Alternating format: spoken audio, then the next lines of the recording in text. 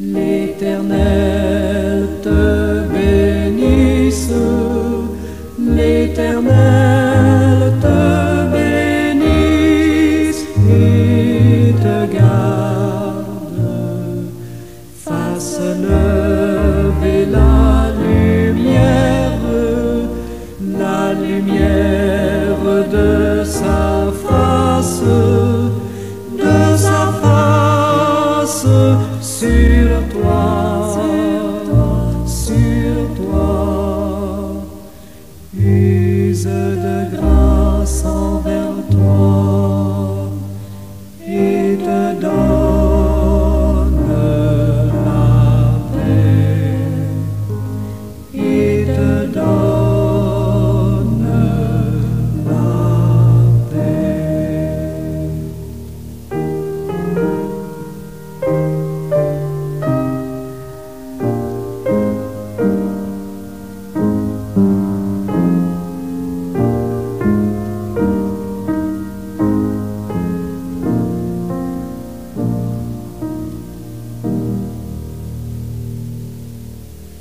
L'Éternel te bénisse, l'Éternel te bénisse et te garde, fasse lever la lumière de sa face sur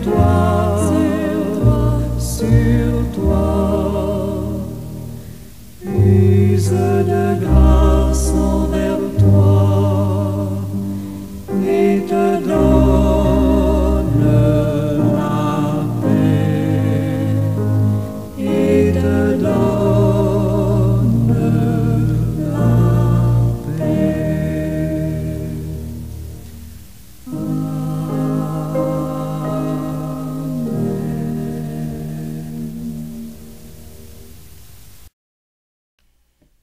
Bien-aimés du Seigneur et amis de partout, bon matin, bonjour, que la paix et la grâce du Seigneur notre Dieu restent et demeurent avec nous tous et toutes.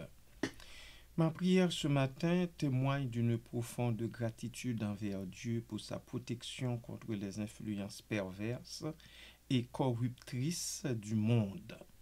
Je reconnais la vulnérabilité humaine face à la tentation et célèbre la force divine qui nous guide et nous préserve sur le chemin de la droiture. J'implore également la sagesse et la vigilance continue pour que nous restions fidèles à ses enseignements et éviter les pièges de l'immoralité. Prions le Seigneur. Seigneur Dieu, créateur de toutes choses, source de toute bonté et vérité, je me prosterne devant toi avec un cœur humble et reconnaissant. Je te remercie du plus profond de mon âme pour ta grâce infinie et ta miséricorde sans limite. Je te remercie, Père Céleste, de me préserver de la perversion qui ronge le monde.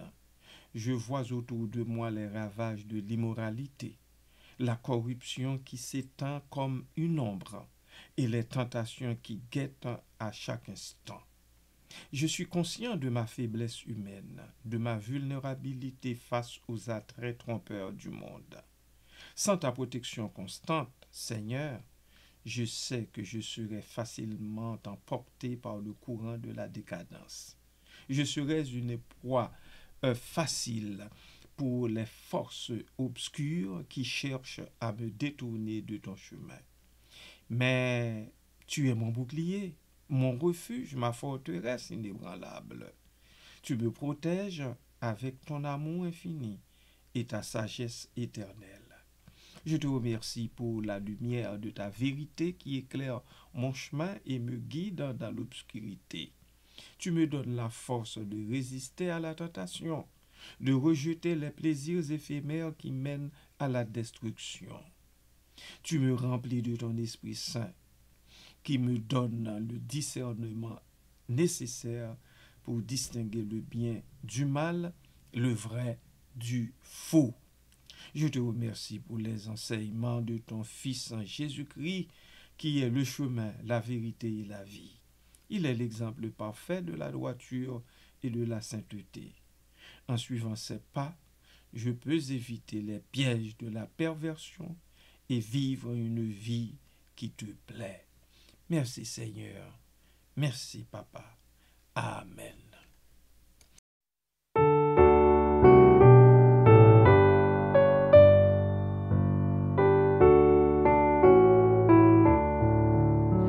Ô mon céleste Père, à toi seul j'ai recours. Voyageur sur la terre, comptant sur ton secours. Et mon âme soupire après son Rédempteur. Tout ce que je désire, c'est de te voir, Seigneur.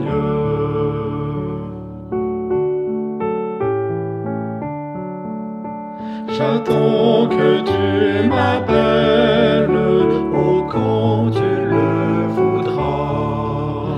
Aux rives éternelles, tu me recueilleras. Dans ton palais de gloire, ressuscité, je dirai ta victoire durant l'éternité.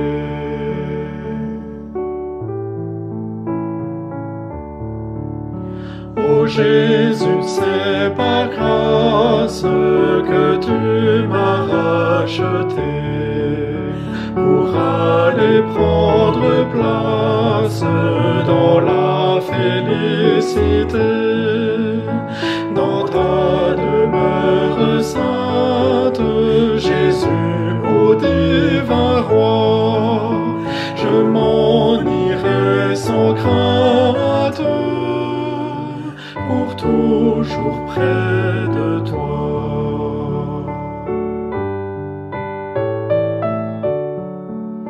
C'est toi, mon divin Maître, qui m'a ouvert les cieux, car tu m'as fait connaître ton salut merveilleux.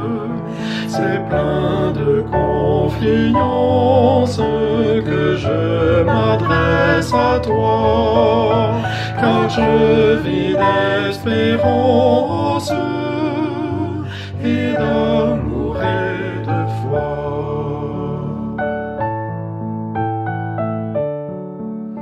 Quelle joie infinie quand Jésus reviendra dans la cité bénie, il nous introduira l'Église en assurance, entonnera là-haut un chant de délivrance à l'honneur de l'agneau.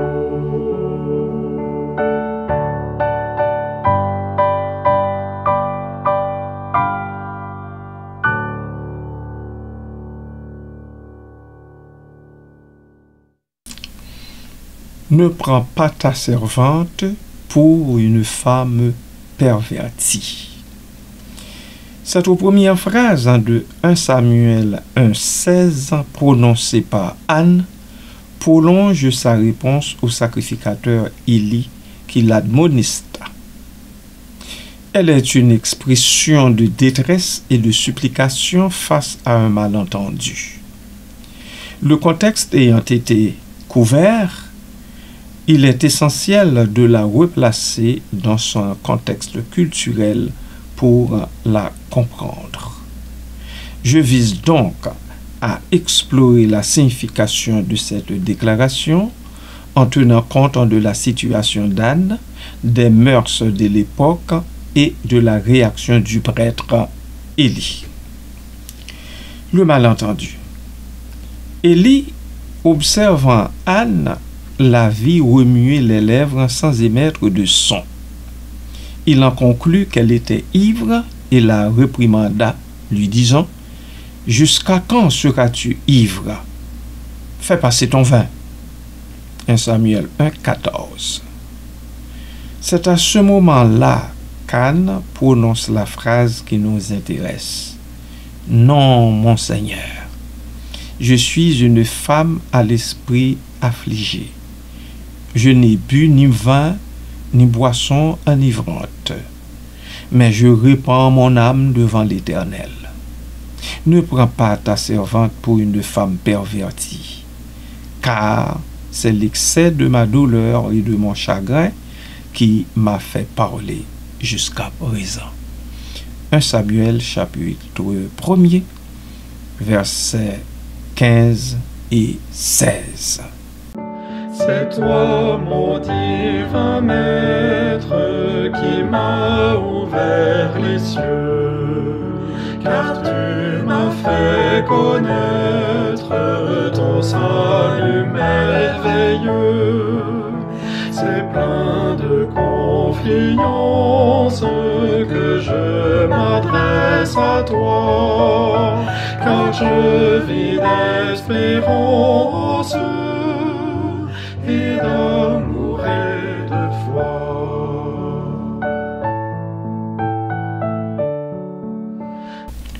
Que donne l'analyse de cette phrase?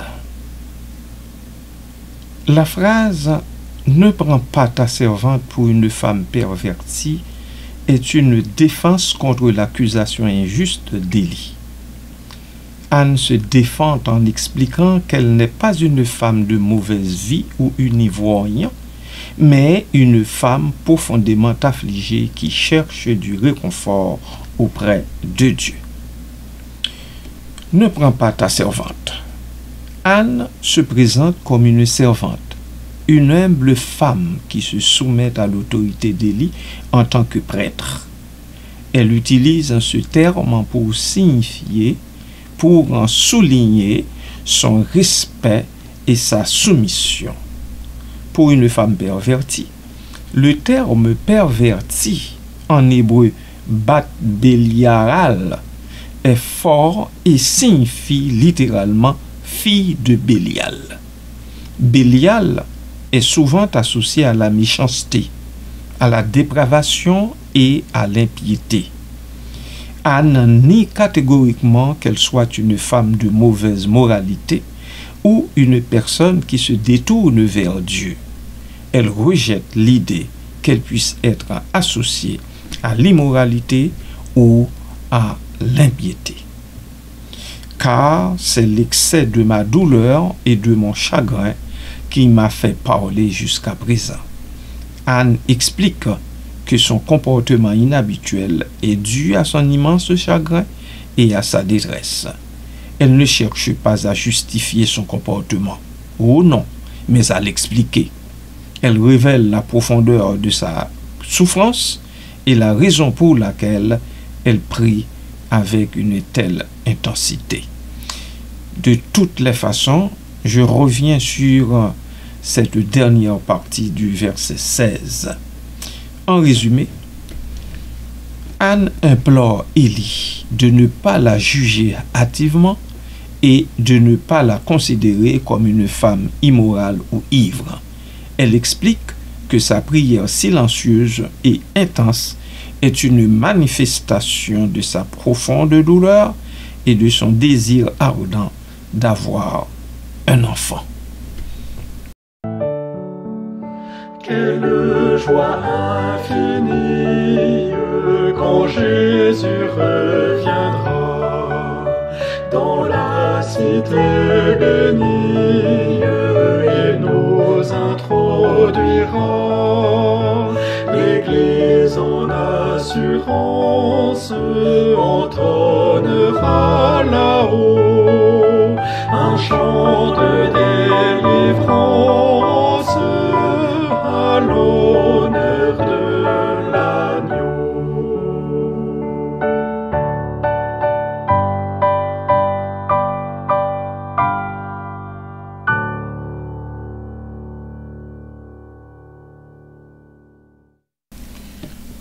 Implications culturelles et sociales.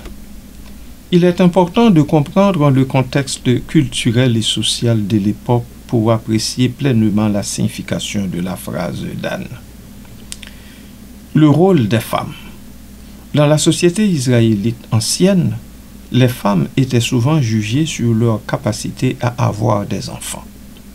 La stérilité était une source de honte et d'humiliation, et les femmes stériles étaient souvent marginalisées. L'importance de la prière. La prière est un moyen essentiel pour les individus de communiquer avec Dieu et de chercher son aide. Cependant, il existait des normes sociales concernant la manière de prier. La prière silencieuse d'Anne était inhabituelle et pouvait être interprétée comme suspecte. L'autorité du prêtre. Élie, en tant que prêtre, avait une autorité spirituelle et morale sur le peuple. Son jugement était important et l'accusation d'ivresse ou d'immoralité pouvait avoir des conséquences graves pour Anne. La réaction d'Élie.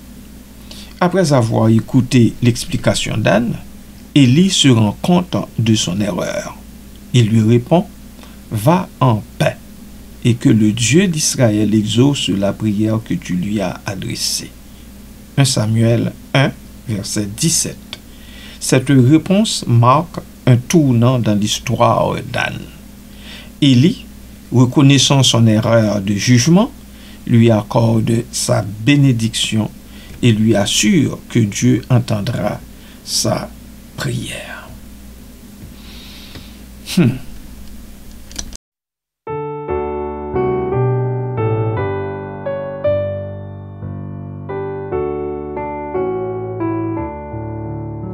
Ô mon céleste Père, à toi seul j'ai recours. Voyageur sur la terre, comptant sur ton secours. Et mon âme soupire après son Rédempteur. Tout ce que je désire, c'est de te voir, Seigneur.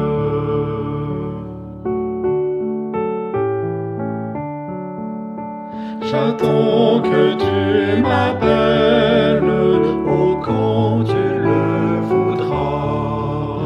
Aux rives éternelles, tu me recueilleras. Dans ton palais de gloire, ressuscité, je dirai ta victoire durant l'éternité.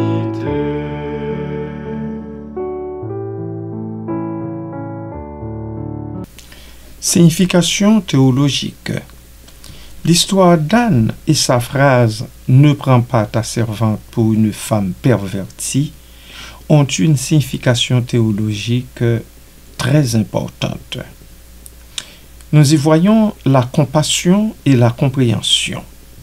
L'histoire souligne l'importance de la compassion et de la compréhension envers ceux et celles qui souffrent. Élie, initialement prompt à juger, apprend à écouter et à comprendre la douleur d'Anne. Nous y voyons aussi la puissance de la prière. L'histoire d'Anne est un témoignage de la puissance de la prière efficace. Sa prière fervente et sincère est exaucée par Dieu. Dieu qui lui accorde un fils, Samuel, qui deviendra un grand prophète et juge en Israël. Il y a la grâce de Dieu aussi. L'histoire d'Anne illustre cette grâce de Dieu envers ceux et celles qui sont dans le besoin. Dieu entend la prière d'une femme affligée et lui accorde sa faveur, transformant ainsi sa tristesse en joie. La phrase d'Anne « Ne prends pas ta servante pour une femme pervertie » est une expression poignante de tristesse et de supplication. Elle révèle la douleur d'une femme stérile dans une société qui favorise la maternité, ainsi que son désir ardent de se connecter avec Dieu. Cette phrase, remplacée dans son contexte biblique et culturel, nous enseigne l'importance de la compassion, de la compréhension et de la puissance de la prière. Elle nous rappelle également que Dieu entend les cris de ceux qui souffrent et qu'il est capable de transformer leur tristesse en joie. Voilà l'Éternel notre Dieu, celui-là que vous et moi nous servons, bien-aimés du Seigneur. Amen.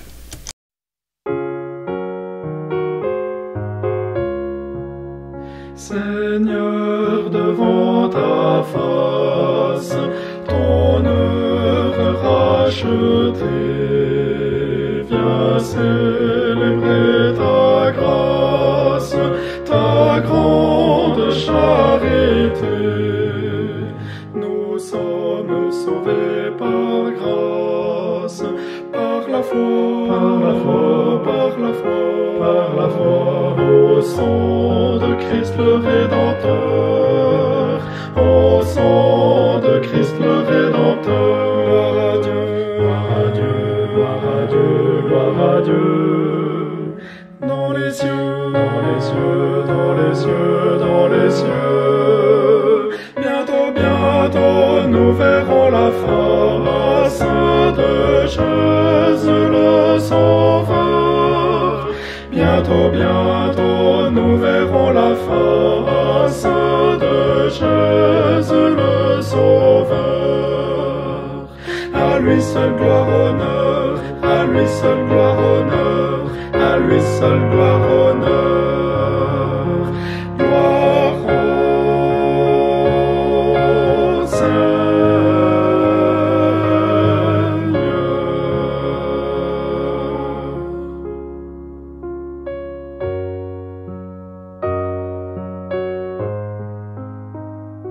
Seigneur, ta grâce immense vint du ciel jusqu'à moi. Changeons mon indigence en un festin de roi. À la croix du calvaire, ta grâce resplendit comme un phare et l'éclair, tous mes pas dans la nuit. Nous sommes sauvés par grâce, par la foi, par la foi, par la foi, par la foi, au sang de Christ le Rédempteur, au sang de Christ le Rédempteur. Gloire à Dieu, gloire à Dieu, gloire à Dieu, gloire à Dieu. Dans les cieux, dans les cieux, dans les cieux, dans les cieux. Bientôt, bientôt, nous verrons la face de Jésus le Sauveur. Bientôt, bientôt, nous verrons la face de Jésus le Sauveur. À lui seul gloire, honneur, à lui seul gloire, honneur, à lui seul gloire, honneur. Gloire au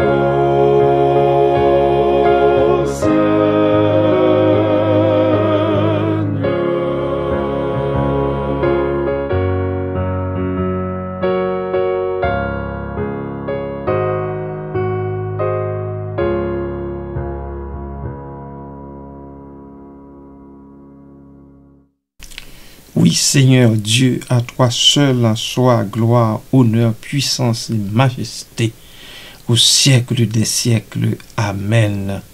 Je te remercie pour la communauté des croyants, pour mes frères et sœurs en Christ qui me soutiennent et m'encouragent dans ma marche spirituelle. Ensemble, nous nous efforçons de vivre selon tes commandements et de témoigner de ton amour dans le monde. Je reconnais, Seigneur, que je ne suis pas parfait. Je suis un pécheur qui a besoin de ta grâce et de ton pardon.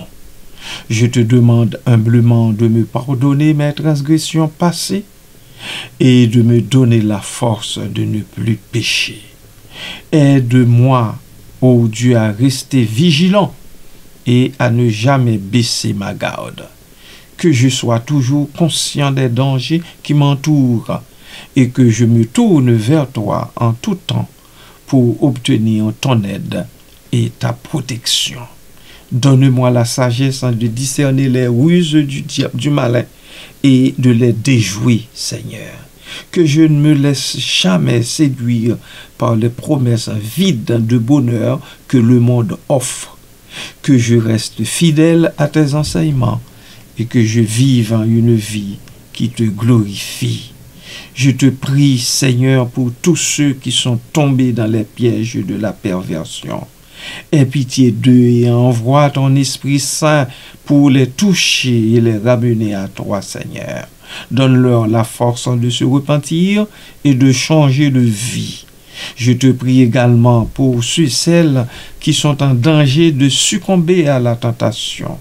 Protège-les de l'influence néfaste de la perversion et guide-les sur le chemin de la droiture.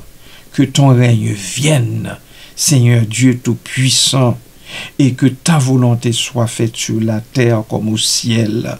Que ton amour et ta vérité triomphent de toutes les forces du mal. Je te remercie encore une fois, Père Céleste, pour ta protection et ta grâce. Je te confie ma vie ainsi que celle de tous les bien-aimés frères et sœurs dans la foi. Et je te demande de nous guider et de nous garder sur le chemin de la sainteté. Merci Seigneur. Au nom de Jésus-Christ, je t'adresse cette prière. Amen.